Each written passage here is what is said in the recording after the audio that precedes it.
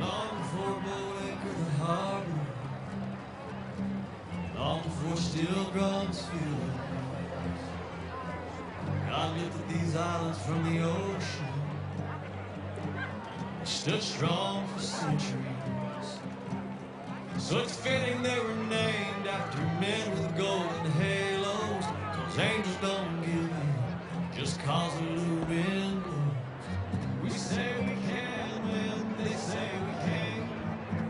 See what it is, see what it is. With blood, sweat, and tears and a bit cold pain, we're just a sinner's choir, singing a song for the saints. Whoa,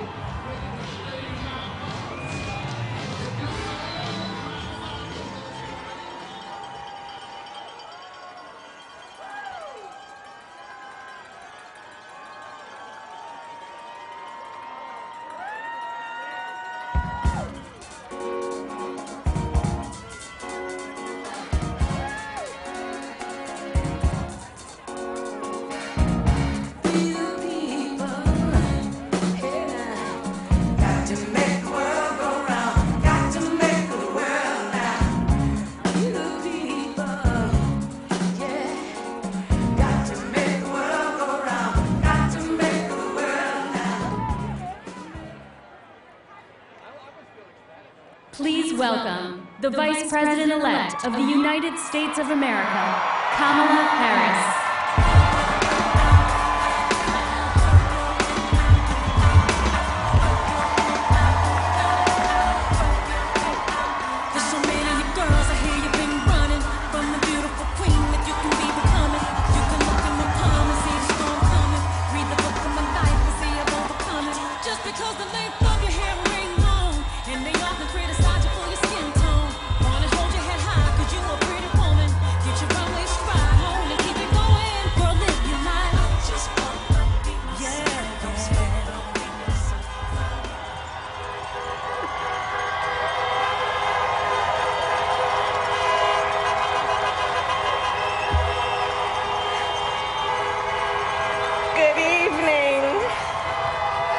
Good evening. Good evening. Good evening. Thank you. Thank you. Good evening. So, thank you. Good evening. So, Congressman John Lewis, before his passing, wrote, "Democracy is not a state, it is an act." And what he meant was that America's democracy is not guaranteed. It is only as strong as our willingness to fight for it.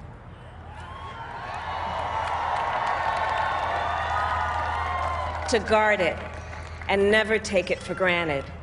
And protecting our democracy takes struggle, it takes sacrifice, but there is joy in it, and there is progress, because we, the people, have the power to build a better future.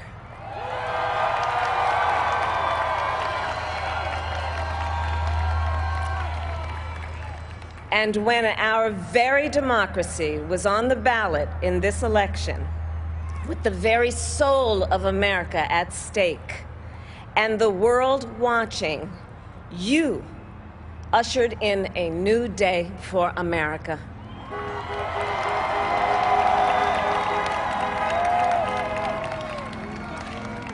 To our campaign staff and volunteers, this extraordinary team, thank you for bringing more people than ever before into the democratic process.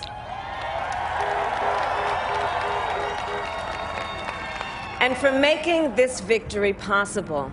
To the poll workers and election officials across our country who have worked tirelessly to make sure every vote is counted, our nation owes you a debt of gratitude.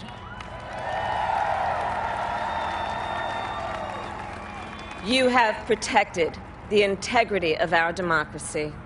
And to the American people who make up our beautiful country, thank you for turning out in record numbers to make your voices heard.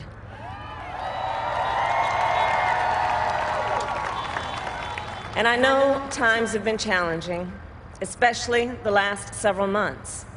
The grief, sorrow, and pain, the worries and the struggles. But we have also witnessed your courage, your resilience, and the generosity of your spirit. For 4 years, you marched and organized for equality and justice, for our lives and for our planet. And then you voted.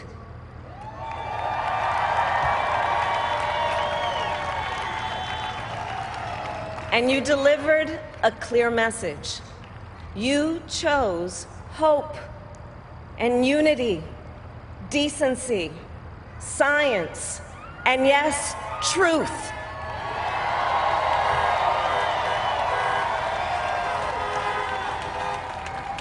You chose Joe Biden as the next president of the United States of America.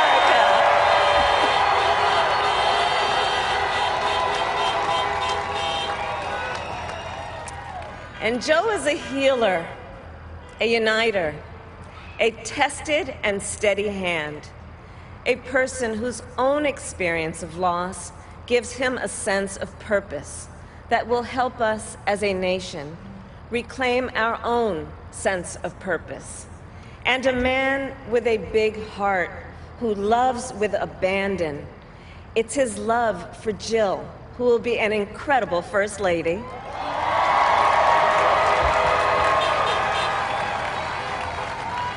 It's his love for Hunter and Ashley and his grandchildren and the entire Biden family.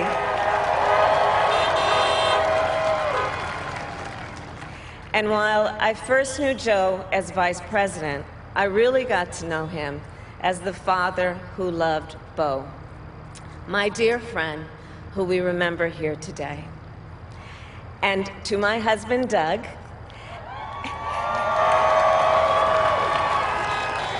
and our children, Cole and Ella, and my sister Maya, and our whole family, I love y'all more than I can ever express.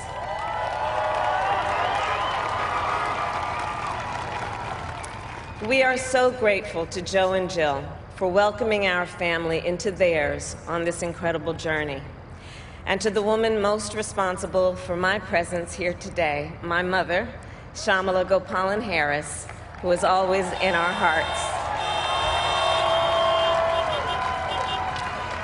When she came here from India at the age of 19, she maybe didn't quite imagine this moment, but she believed so deeply in an America where a moment like this is possible. And so I am thinking about her and about the generations of women, black women,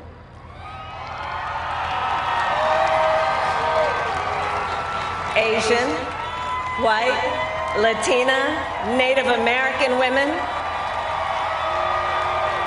who throughout our nation's history have paved the way for this moment tonight. Women who fought and sacrificed so much for equality and liberty and justice for all, including the black women who are often, too often, overlooked, but so often prove they are the backbone of our democracy.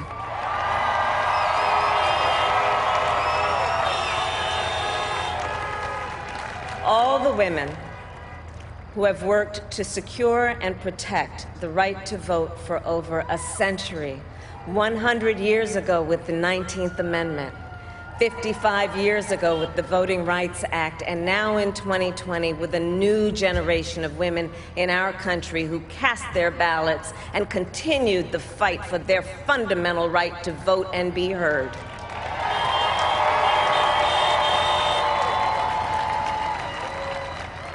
Tonight I reflect on their struggle, their determination, and the strength of their vision to see what can be unburdened by what has been. And I stand on their shoulders. And what a testament it is to Joe's character that he had the audacity to break one of the most substantial barriers that exists in our country and select a woman as his vice president.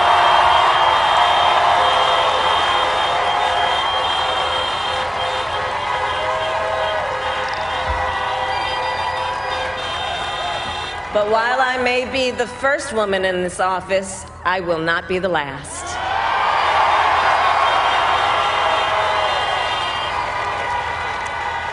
Because every little girl watching tonight sees that this is a country of possibilities.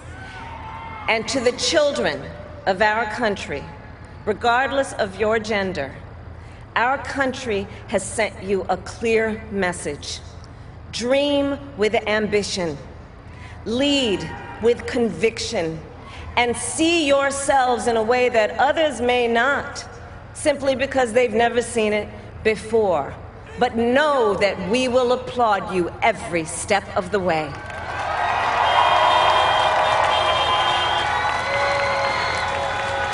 And to the American people, no matter who you voted for, I will strive to be a vice president, like Joe was to President Obama, loyal, honest, and prepared, waking up every day thinking of you and your family.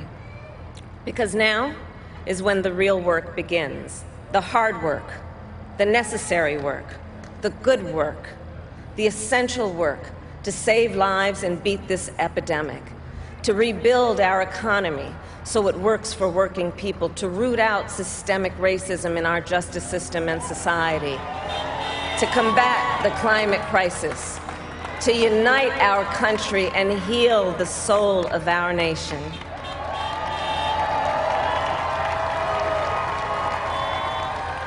And the road ahead will not be easy, but America is ready, and so are Joe and I.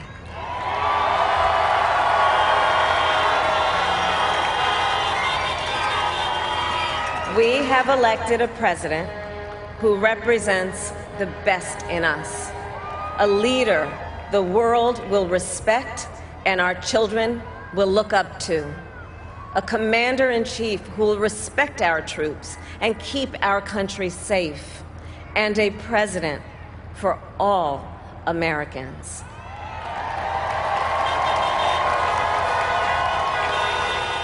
And it is now my great honor to introduce the President-elect of the United States of America, Joe Biden.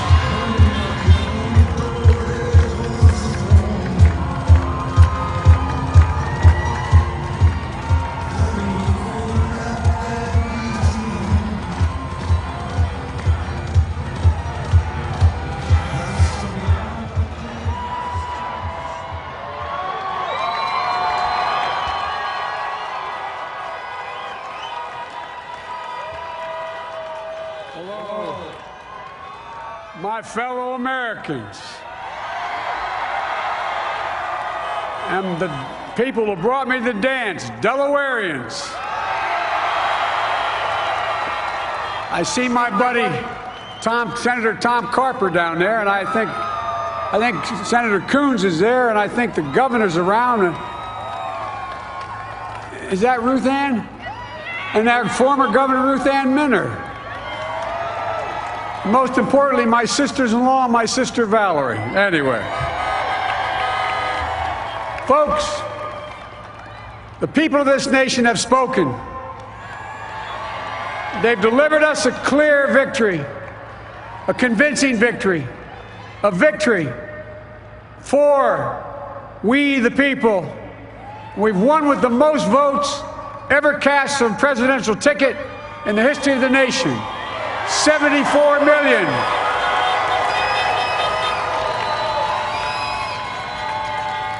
What I must admit has surprised me. Tonight, we're seeing all over this nation, all cities and all parts of the country, indeed across the world, an outpouring of joy, of hope, renewed faith in tomorrow, bring a better day. And I'm humbled by the trust and confidence you've placed in me. I pledge to be a president who seeks not to divide, but unify, who doesn't see red states and blue states, only sees the United States, and work with all my heart, with the confidence of the whole people, to win the confidence of all of you. And for that is what America, I believe, is about. It's about people, and that's what the administration will be all about. I sought this office to restore the soul of America, to rebuild the backbone of this nation, the middle class, and to make America respected around the world again, and to unite us here at home. It's the honor of my lifetime that so many millions of Americans have voted for that vision. And now, the work of making that vision is real. It's a task, the task of our time. Folks, as I said many times before, I'm Jill's husband.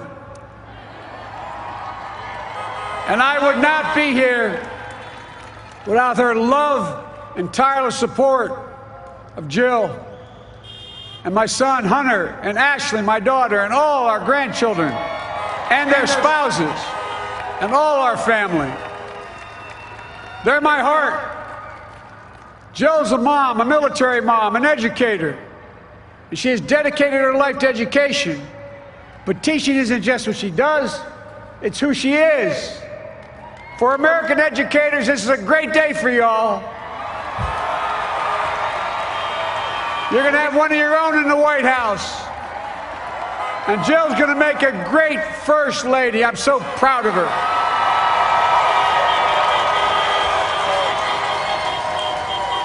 And I'll have the honor of serving with the fantastic Vice President who you just heard from, Kamala Harris, who makes history as the first woman, first black woman, the first woman from South Asian descent, the first daughter of an immigrant ever elected in this country. Don't tell me it's not possible in the United States. It's long overdue. And we're reminded tonight of those who fought so hard for so many years to make this happen. But once again, America's bent the arc of the moral universe more toward justice. Kamala, Doug, like it or not, your family, you become an honorary Biden. There's no way out. To all those of you who volunteered and worked the polls in the middle of this pandemic, local elected officials, you deserve a special thanks from the entire nation. And to my campaign team and all the volunteers and all who gave so much of themselves to make this moment possible, I owe you. I owe you. I owe you everything. And to all those who supported us, I'm proud of the campaign we built and ran. I'm proud of the coalition we put together, the broadest and most diverse coalition in history. Democrats, Republicans, independents, progressives, moderates, conservatives, young, old, urban, suburban, rural, gay, straight, transgender, white, Latino, Asian, Native American.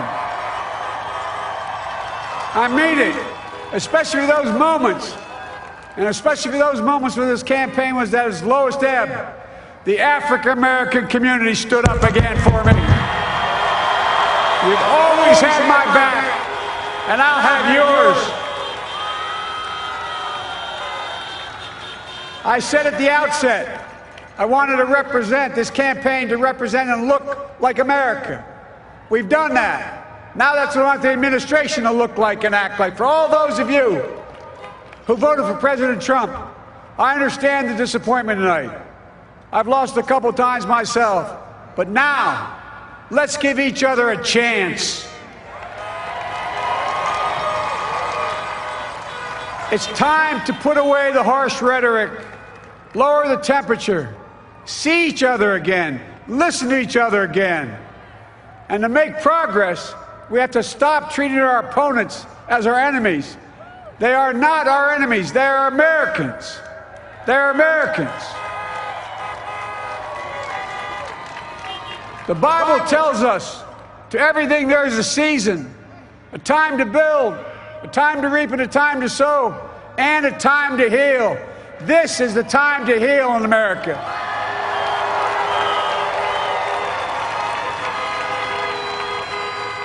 Now this campaign is over.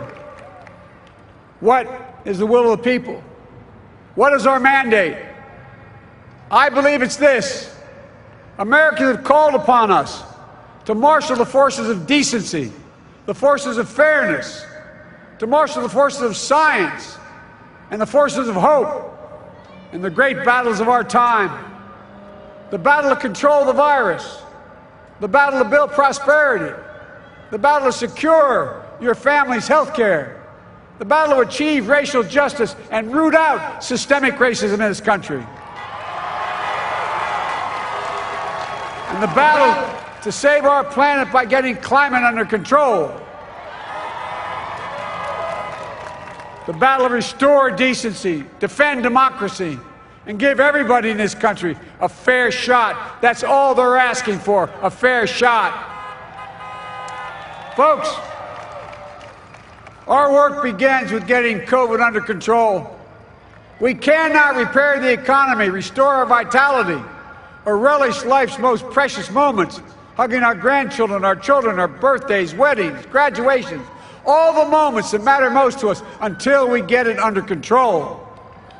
On Monday, I will name a group of leading scientists and experts as transition advisors to help take the Biden-Harris COVID plan and convert it into an action blueprint that will start on January the 20th, 2021. That plan will be built on bedrock science. It will be constructed out of compassion, empathy, and concern. I will spare no effort, none, or any commitment to turn around this pandemic. Folks, I'm a proud Democrat, but I will govern as an American president. I'll work as hard for those who didn't vote for me as those who did. Let this grim era of demonization in America begin to end here and now. The refusal of Democrats and Republicans to cooperate with one another, it's not some mysterious force beyond our control. It's a decision, a choice we make. And if we can decide not to cooperate, then we can decide to cooperate. And I believe that this is part of the mandate given to us from the American people. They want us to cooperate in their interest. And that's the choice I'll make. And I'll call on Congress, Democrats and Republicans alike, to make that choice with me.